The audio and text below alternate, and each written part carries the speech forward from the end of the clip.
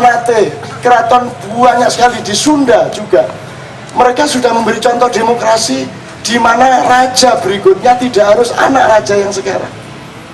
Makanya ada dewan kerajaan, ada dewan keraton yang memilih siapa saja berdasarkan aspirasi rakyatnya. Nah kita sekarang karena demokrasi katanya mau liberal, ya setiap orang kirim ke KPU, kilo calon presidenku, kilo calon gubernurku, kan begitu. Database saya jelas, kode saya sekian, tercatat semua, tidak bisa double, kan gitu. Bisa kok. Mungkin kita masih salah memilih gubernur, mungkin kita masih salah memilih presiden, tapi minimum sudah benar caranya memilih, kan gitu. Mungkin belum masuk surga, tapi lagi sembahyang temenan, gitu loh. Mungkin belum setia benar, tapi kan sudah berusaha untuk setia. Asu ya.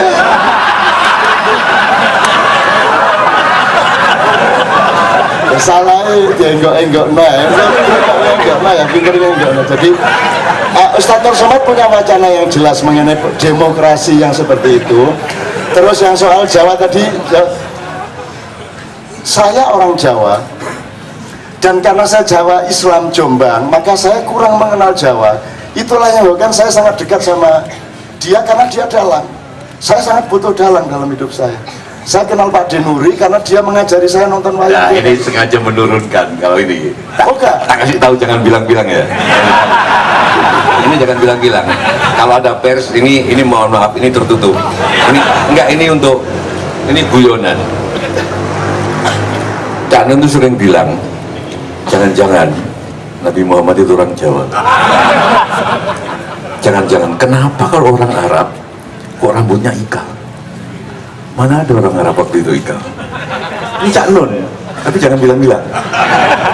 Kenapa kalau dia berjalan kok selalu tunduk ibarat orang turun dari lereng gunung? Nggak ada orang Arab kayak gitu. Mbok mati juga kan kata orang Madura itu, kalau orang Arab kan gini kan. Banyak hal, tapi ini guyonan spiritual. Kenapa kok nggak boleh digambar? Kenapa kok diputus dari babnya, garisnya dan lain sebagainya, seolah-olah digelapkan. Dan yang terakhir, kalau orang Arab, mana ada orang Arab itu bertapa? Nggak tahu kalau Anies. Ini guyonan, tapi ini antara kita. Itu aja. Iki Jokon tak kandani aja ya, tapi nggak usah kok gaya bahan aja kan aja ya.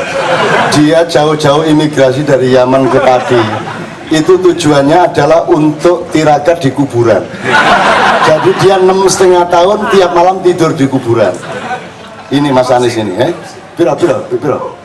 Orang 6,5 tahun toh, 6,5 tahun, dan saya dipesen sama teman saya, Nun, nek Anies wis dadi wali kondo aku ya.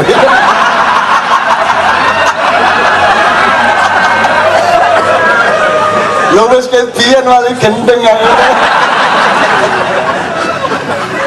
Jadi saya ingin Tejo ini benar-benar memuncakkan fungsi pedalangannya. Kalau saya merindukan betul, dan jangan kompromi kepada dunia populer 30%, tapi 70%-nya tetap adiluhung dan tetap penemuan-penemuan yang spiritual.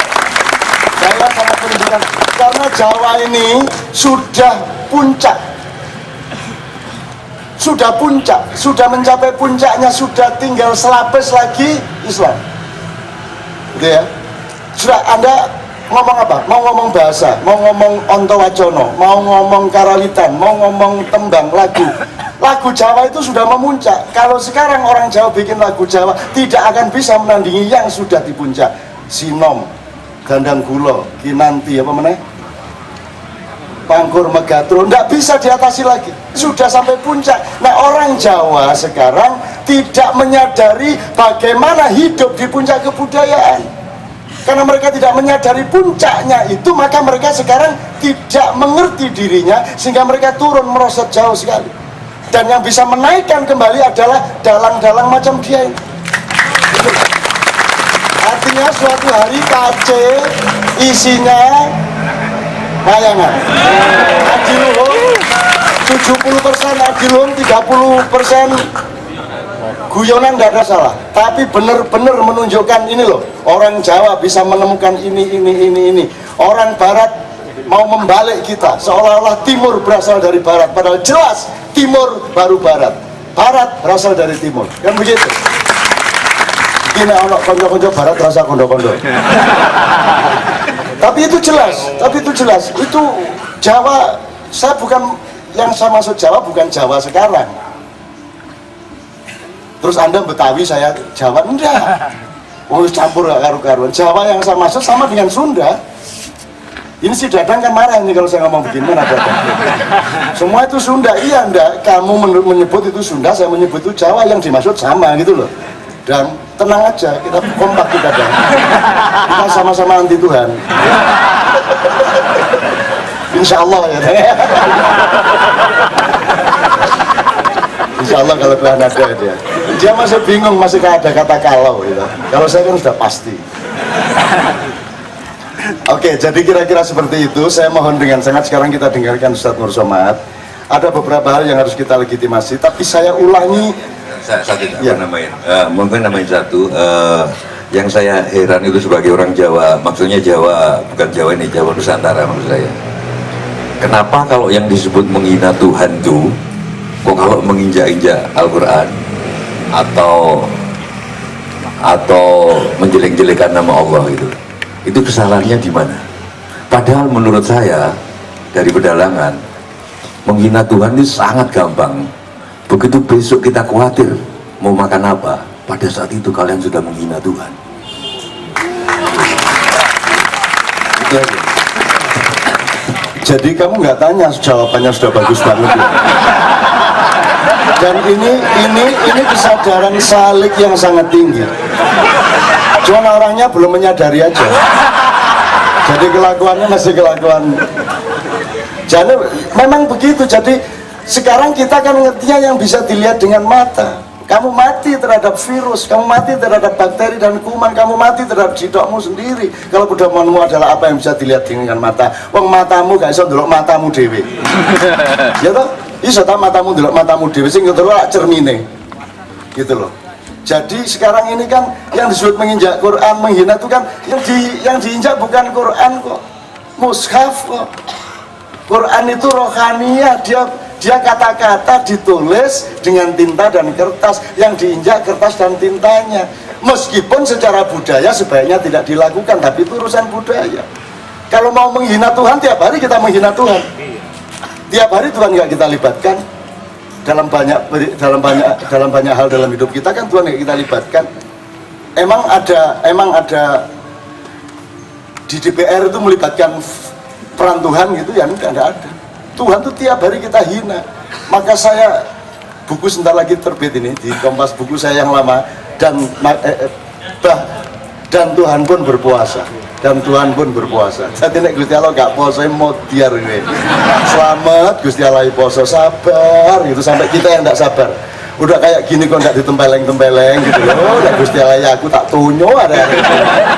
Tak pelototi ususnya, gatel kabeh. Untung Allah maha sabur, maha sabar, maha berpuasa, dan dia sangat sabar menunda hukumannya. Itu pun dia siap dengan ampunannya. Jafat mengatakan ada dosa disiapkan ampunan. Wahai hambaku, datanglah kepadaku, bawa dosamu setinggi gunung apapun, masih lebih tinggi dan besar ampunanku kepadamu. Loh kurang bi, ayo gak dosa sing akeh. Itu seneng itu.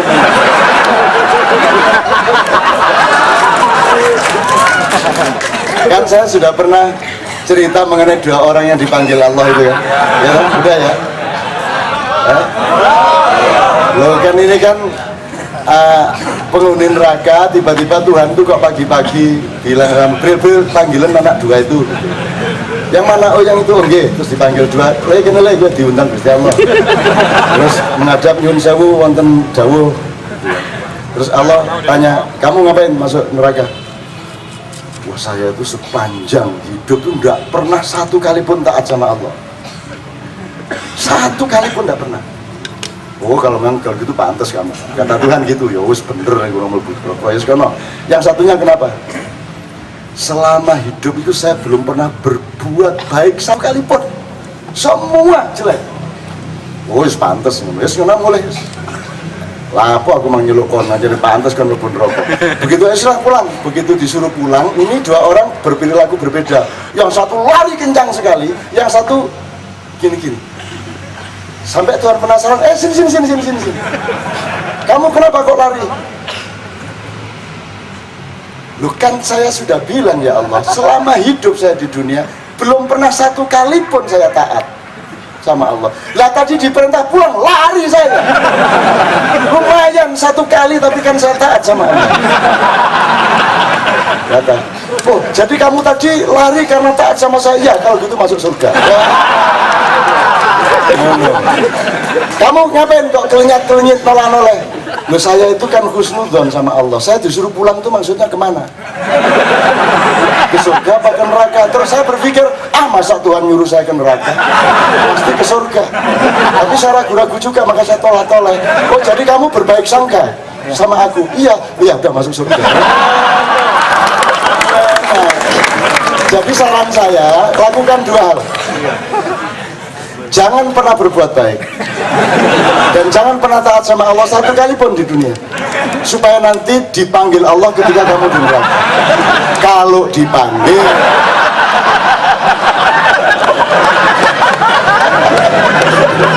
kalau enggak ya apa kan ya.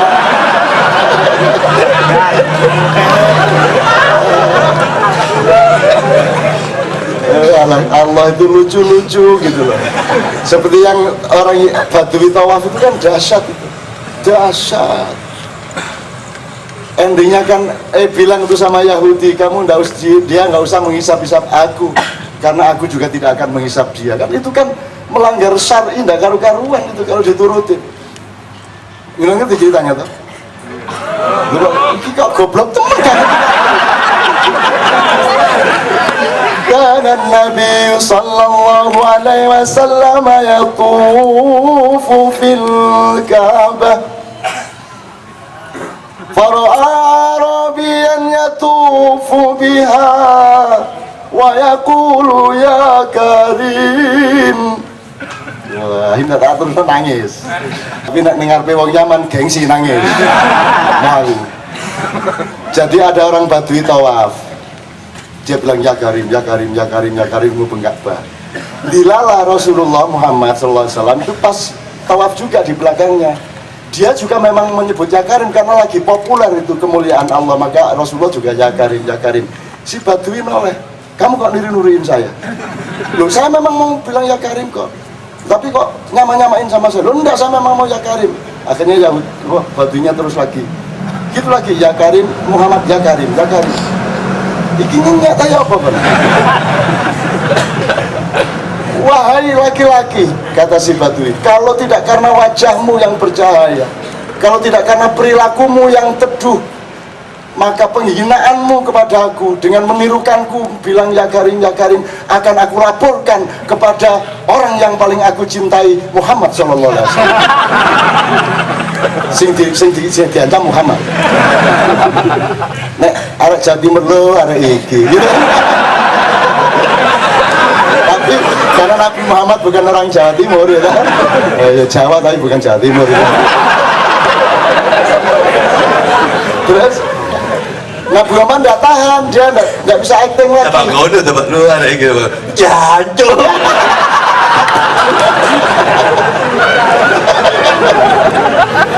Rasulullah nggak tahan, saking senengnya melihat Badui mencintai dia.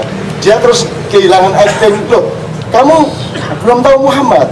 Loh, saya ini datang dari gunung ke Mekah cari Muhammad karena saya beriman kepada dia dan saya sangat cinta dan kagum sama kelakuan dan kelembutannya. Tapi saya cari kemana-mana saya belum ketemu. Akhirnya sudahlah saya bertahap di sini aja sambil mengingat-ingat dia dan menyebut ya Karim, ya Karim. Terus Rasulullah mengatakan, aku ini Nabi. Wah, akhirnya terus drama remaja toh. Terus gini-gini.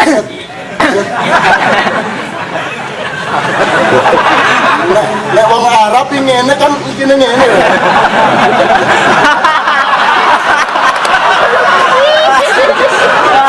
Lho nek ngene lah. Ya sadar kan, masing-masing sadar kepada kapasitasnya masing-masing.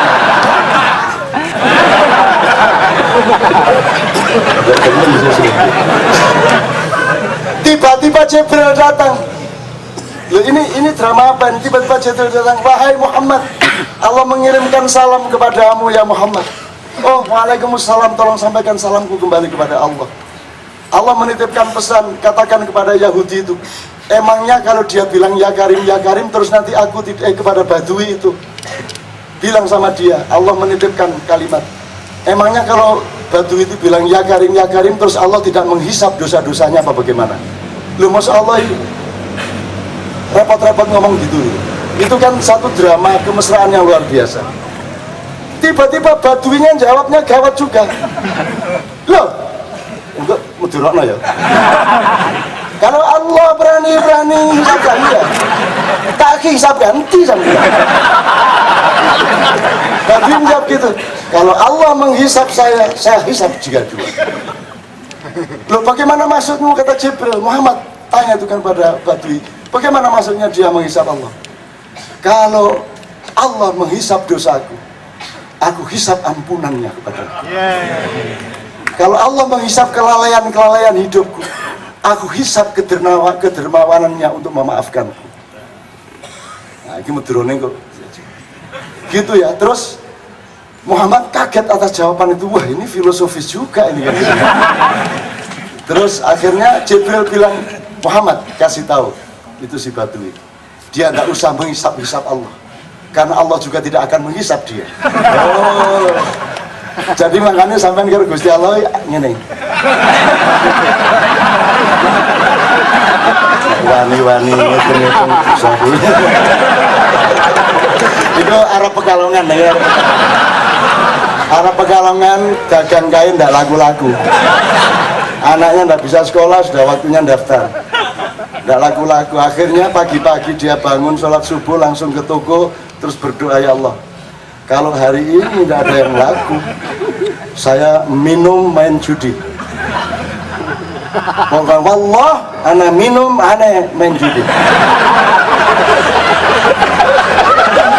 Oh, pembeli berdatangan laku, Mas. Terus tetangganya pesannya malu, bagaimana antum bisa laku ini, bagaimana antum bisa laku? Kalau berdoa sama Allah ditanteng dia. Jangan ya Allah, nggak gitu. Ente kalau nggak ngabulin, aneh judi aja. Arab Pekalongan nih.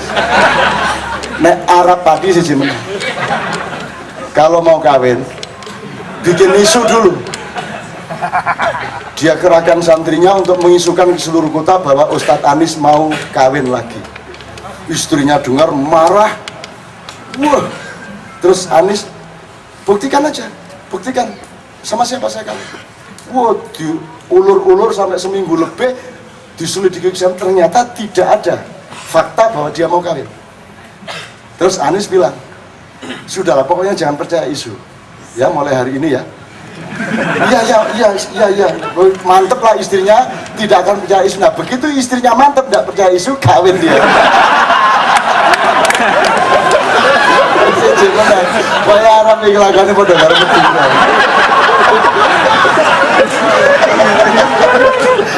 Aduh lah kok guyon toh kira. Allah, tapi Anda bahagia ya.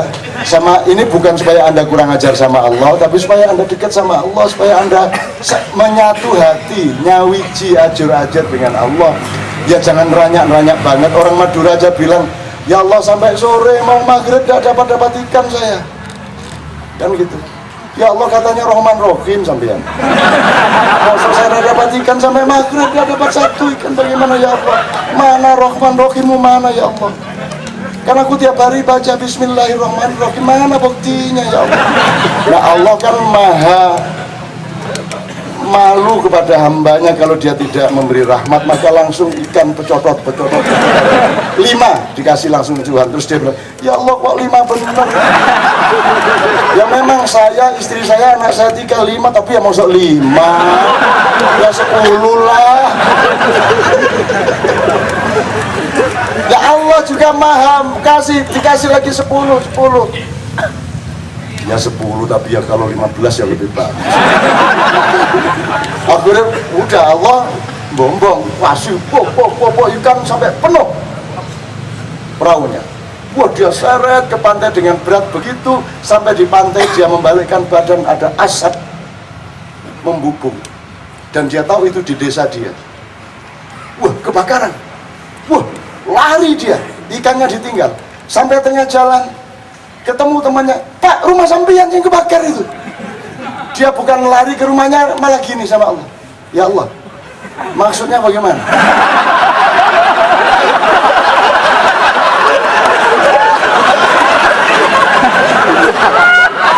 Soal ikan kan masalah di laut, kenapa dibawa ke darat?